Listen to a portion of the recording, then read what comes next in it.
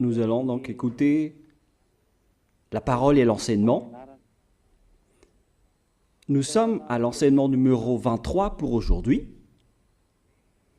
concernant le sujet qui parle de celui qui ose dire qu'il est Dieu. Il a remplacé le bouc, le bélier et le taureau, qui étaient destinés pour l'expiation des péchés des enfants d'Israël, selon Lévitique 16. Dans Lévitique 16, nous voyons donc les béliers, les boucs et les taureaux pour l'expiation des péchés des enfants d'Israël, une fois chaque année. Et c'est ce schéma que nous allons vous enseigner en ce moment. En fait, j'ai déjà donné cet enseignement, mais je le rappelle aujourd'hui. Cette situation contredit directement la parole du Père Yahva, le Dieu d'Abraham, selon Deutéronome 4.2. Ne rajoutez rien et ne retranchez rien aux paroles. C'est dans Deutéronome 4.2 et aussi dans Deutéronome chapitre 13, à partir du verset 1, ou Deutéronome 12, 32.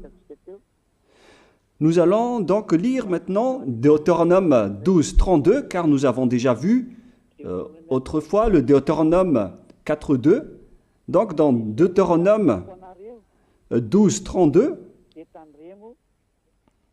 vous observerez et vous mettrez en pratique toutes les choses que je vous ordonne. Vous n'y ajouterez rien et vous n'en retrancherez rien. Voilà donc dans le Deutéronome 12, 32. Et dans Deutéronome 4.2, je vais répéter, Deutéronome 4.2, vous n'ajouterez rien à ce que je vous prescris et vous n'en retrancherez rien, mais vous observerez les commandements de Yahva, votre Dieu, tels que je vous les prescris. Cette parole précise bien alors que il ne faut pas rajouter ni retrancher les paroles que je vous ai données. De quelles paroles parle-t-on? Nous allons lire Lévitique chapitre 16 pour voir quelles sont les lois d'expiation des péchés pour les enfants d'Israël. Les voilà. C'est dans Lévitique chapitre 16, verset 3 d'abord, pour commencer. Voilà donc ce qu'on ne doit pas changer, alors que nous avons tous su, nous avons tous vu qu'ils les ont remplacés par Jésus ou Jesus. Ce n'est pas une diffamation, nous le voyons tous. Alors que chacun réfléchisse, Lévitique chapitre 16, verset 3. Voici de quelle manière Aaron entrera dans le sanctuaire. Il prendra un jeune taureau pour le sacrifice d'expiation et un bélier pour l'holocauste. Voilà, nous le voyons tous clairement, cette parole.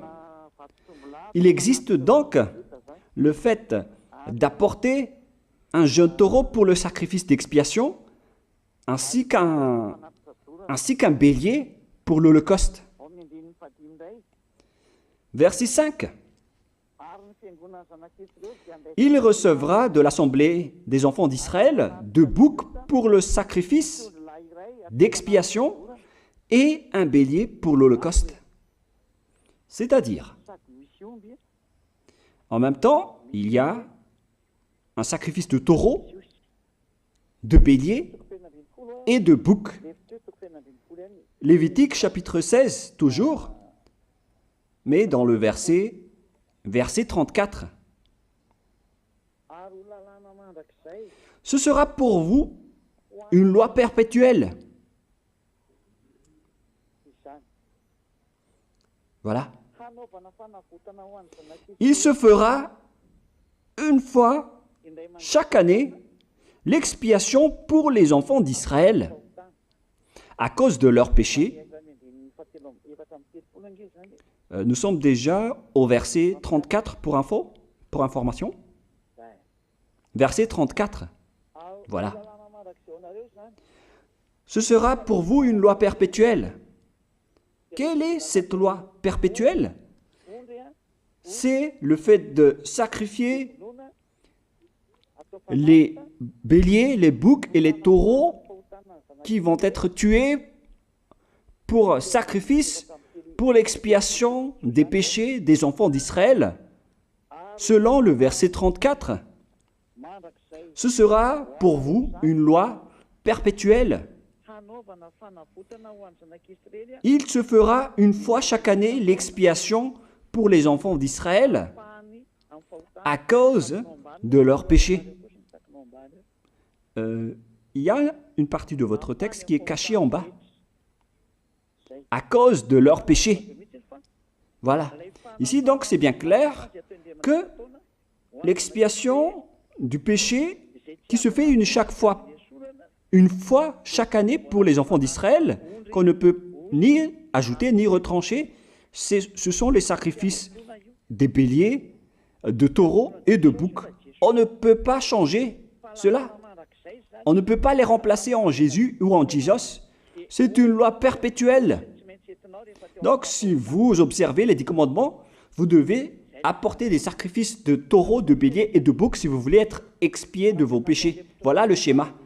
Alors que, en réalité, la situation pour les religieux étranges, on ne voit pas ce qu'il veut en venir, mais ils ont osé intégrer Jésus ou Jesus pour remplacer le bélier, le taureau ou le bouc.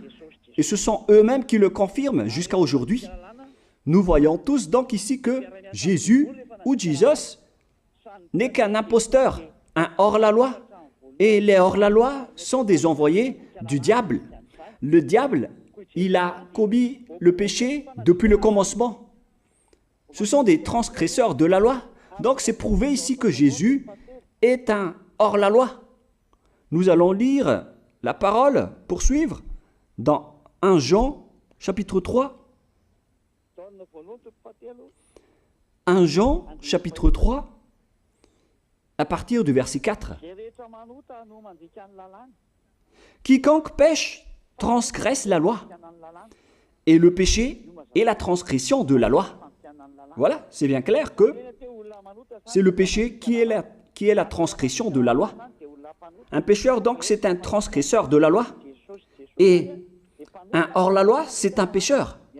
C'est clair alors que Jésus ou Jesus, c'est un hors-la-loi, c'est un transgresseur de la loi. Nous avons tous vu ensemble qu'il a pris la place du bélier et il a siégé, il s'est installé dans ce système. C'est pourquoi toutes les églises observent les 10 commandements et ils servent Jésus ou Jesus. Voici l'enseignement. Alors, regardez bien à travers ce texte et cette écriture que je vous donne en ce moment. Et soyez conscients, ça suffit maintenant d'écouter ces faux dieux, c'est déjà trop. Tant pis pour vous si vous allez encore les écouter. Soyez conscients que ce schéma n'est plus correct. Beaucoup de gens me diffament à cause de ce que je fais en ce moment. Ils ne supportent pas la vérité. Mais ça dépend de chacun de vous. Et moi, je vous avertis, pour vous qui vont être baptisés et qui veulent être baptisés, mais qui entendent les diffamations et les critiques des autres, ne croyez pas en cela. Ce ne sont pas du tout vrai. La parole de Élia est directe. Ce ne sont que des mensonges. L'ôtement du péché, ce sont des personnes qui sont non-pécheurs qui peuvent le faire. Ce n'est pas logique de dire que les fidèles sont ôtés des péchés et le leader est un pécheur. Ce n'est pas du tout écrit dans la Sainte Écriture. Ce qui est écrit dans la Bible, c'est que le bon arbre donne de bons fruits et le mauvais arbre de mauvais fruits. Et le bon arbre ne donne jamais de mauvais fruits, et le mauvais arbre ne donne jamais de bons fruits. Ce sont les bons arbres qui donnent des bons fruits, et les mauvais arbres qui donnent des mauvais fruits.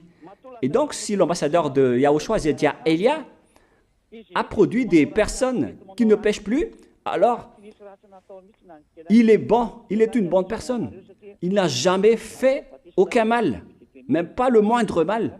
Voilà donc la leçon pour vous, car dans le cadre de ce baptême qui va arriver, il y a beaucoup de diffamation et de critiques. Donc je vous conseille de ne pas écouter cela, car ce n'est pas du tout la vérité.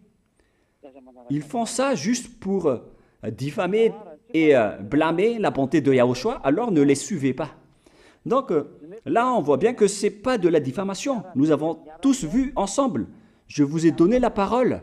On a tous écouté et vu ensemble. On a jugé ensemble. Est-ce que ce Jésus ou Jésus a fait la vérité? Est-ce qu'il a dit la vérité ou pas? Si nous avons vu le livre de Moshe venant du Dieu d'Abraham qui a dit « Ne rajoutez pas et ne retranchez pas à ma parole ». Nous avons vu alors que ils ont remplacé par ce Jésus ou Jésus les sacrifices d'expiation du péché, en disant après que c'est ce dernier qui ôte les péchés. Ce n'est pas du tout vrai. Celui qui peut ôter les péchés selon les 10 commandements, c'est le bélier, ou bien le taureau, ainsi que le bouc. Ce sont ces bêtes qui peuvent ôter les péchés. Quelle est alors la raison pour laquelle les religieux sont entrés dans ce mauvais schéma? Car c'est vraiment un schéma qui transgresse la loi. Car ils ont contré bêtement le livre du Lévitique chapitre 16. Ils l'ont contré bêtement, directement. Et après, ils ont remplacé par leur faux Dieu. Un faux Dieu car c'est directement un hors-la-loi. Il a contredit le Dieu d'Abraham.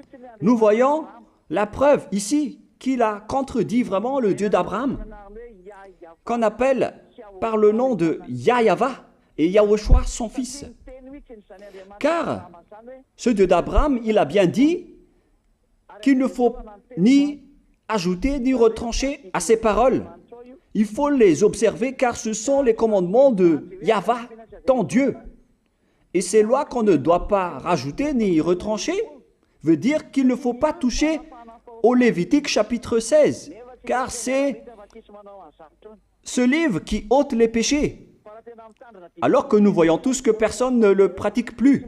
Si les 10 commandements, si les prêtres et les pasteurs pratiquent bien les 10 commandements, alors ils doivent faire le sacrifice de bélier et de taureau et de bouc pour l'expiation de leurs péchés. Alors que nous voyons tous que personne ne le fait plus.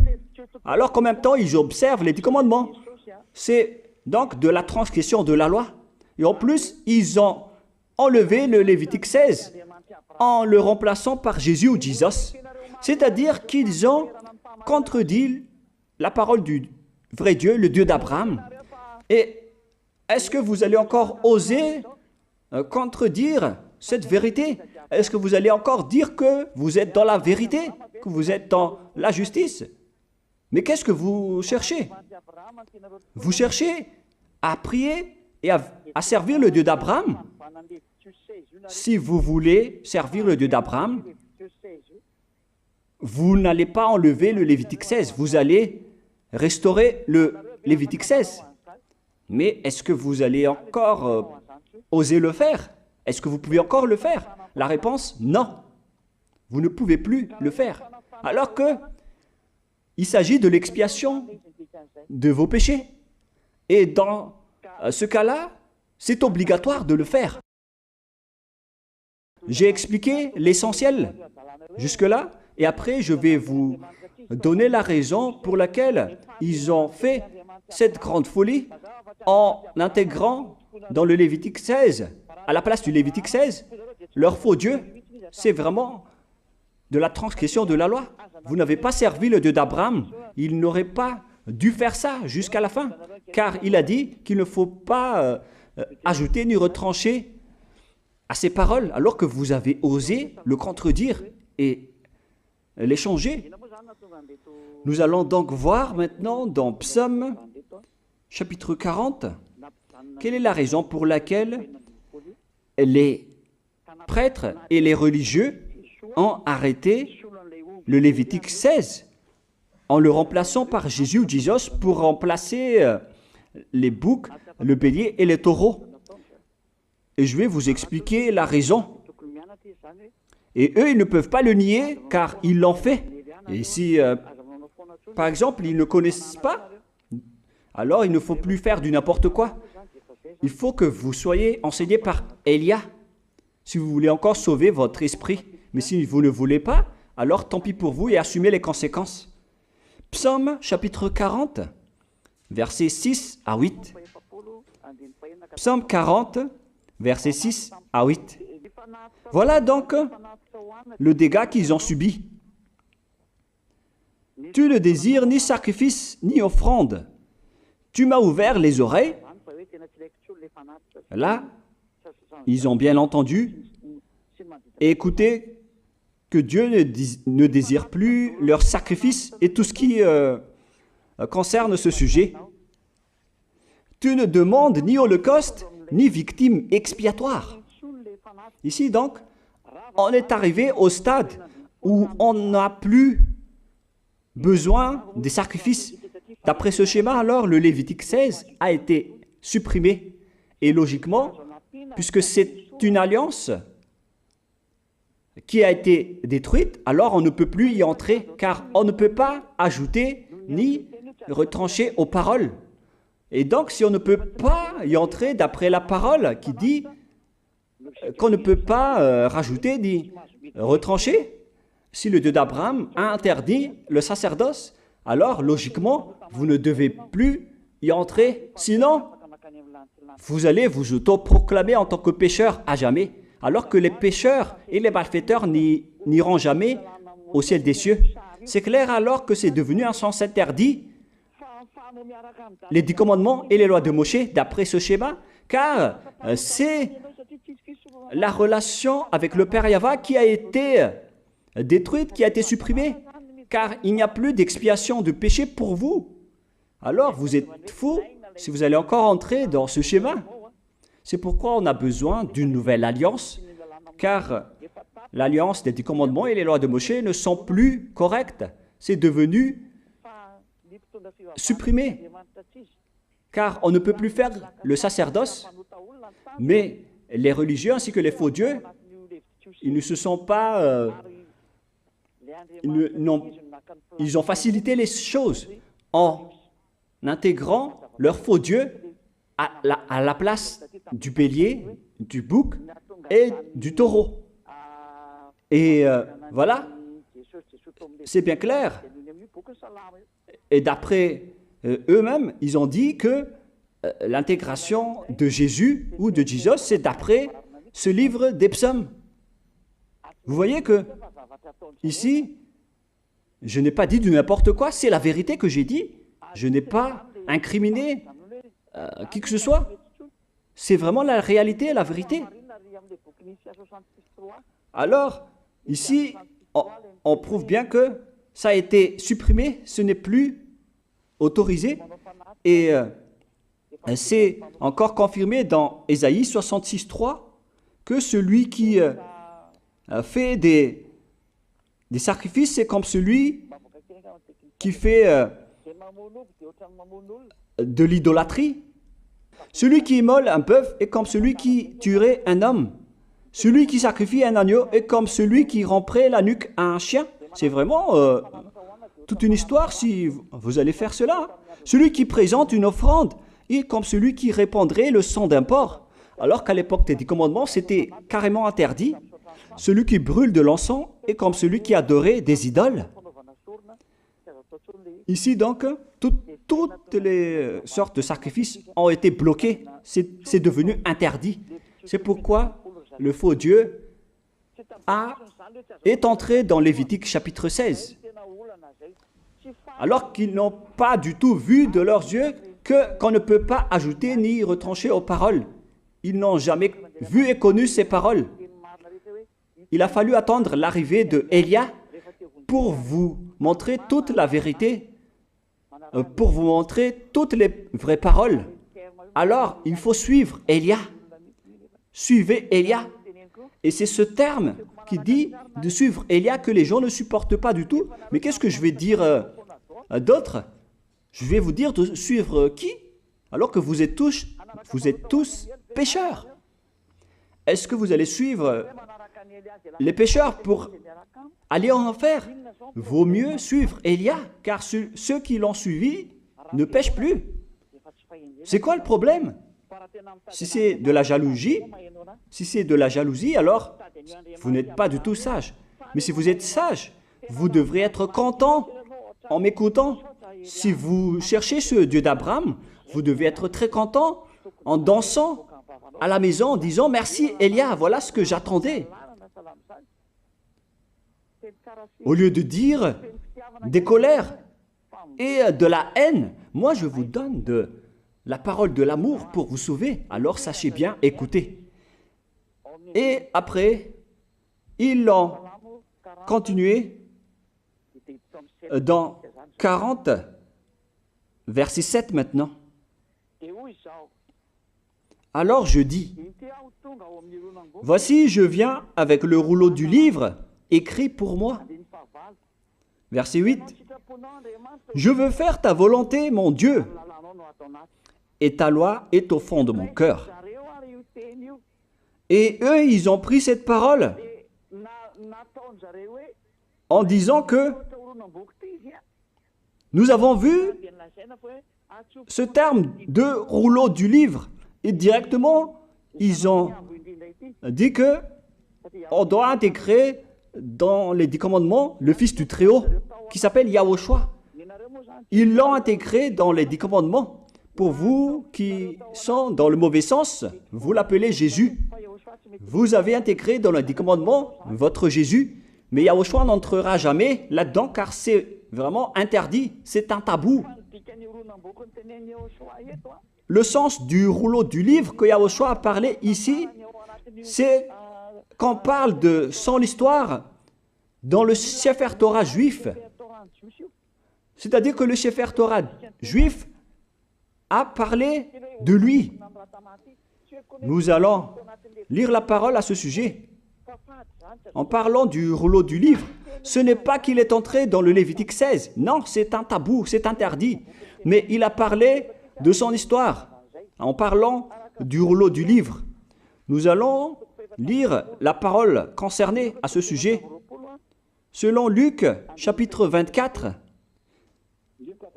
verset 44. Luc 24, 44. Puis il leur dit, « C'est là ce que je vous disais lorsque j'étais encore avec vous,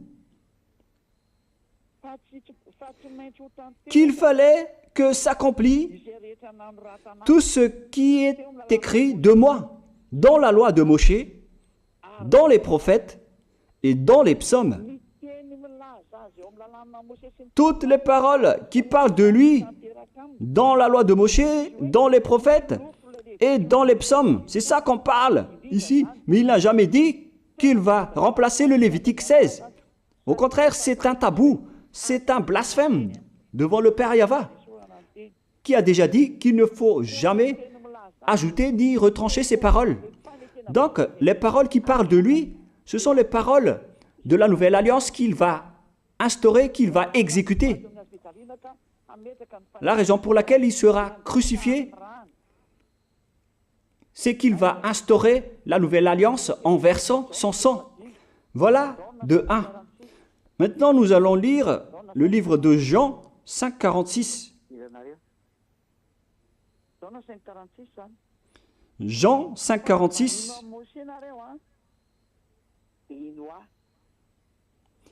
Alors, car si vous croyez en Moshe, vous me croiriez aussi, parce qu'il a écrit de moi. Il a écrit à propos de Yahushua. C'est pourquoi on parle du rouleau de livre qui a écrit pour lui. Et Moshe aussi a participé à son histoire en parlant de lui. Mais ce n'est pas que on a supprimé le Lévitique 16 en remplaçant par le Fils du Très-Haut. Non, ce n'est pas du tout cela. Il y a beaucoup de paroles qui a parlé de lui depuis les lois de Moshe, depuis les prophètes et depuis les psaumes. C'est pour ça qu'on parle du rouleau du livre qui a écrit à propos de lui. Mais ce n'est pas que vous allez supprimer le Lévitique 16 en le remplaçant par le Fils du Très-Haut. C'est vraiment une abomination de votre part. Je vous ai donné maintenant l'explication. Il ne faut pas rajouter ni retrancher aux lois de Moshe. C'est une alliance en bonne forme qu'on ne peut pas toucher ni enlever. C'est dans Galates 3,15. Galates 3,15. Une disposition en bonne forme ne doit pas être changée ou transformée. Les lois de Moshe, c'est une alliance en bonne forme qu'on a versé le sang de Zébu en plus. Donc on ne peut ni retrancher ni rajouter. Le pire alors, c'est que vous qui êtes les fidèles de Jésus, vous l'avez intégré dans les lois de Moshe en remplaçant le Lévitique 16. On parle de votre Jésus ou Jesus. Je vous pose la question, est-ce que vous oserez dire que vous n'êtes pas pécheur à ce sujet? Car c'est vraiment de la transgression de la loi de la part de votre faux Dieu. Donc s'il est pécheur, alors logiquement vous êtes aussi pécheur. Et vous-même, vous avez dit que vous êtes pécheur. Voilà ce que vous avez fait. Et vous n'allez jamais être épargné. C'est pourquoi je vous appelle tous maintenant. Soyez baptisés et sauvez votre chemin, c'est-à-dire votre esprit. Sauvez votre esprit car il ira en enfer si vous ne le sauvez pas.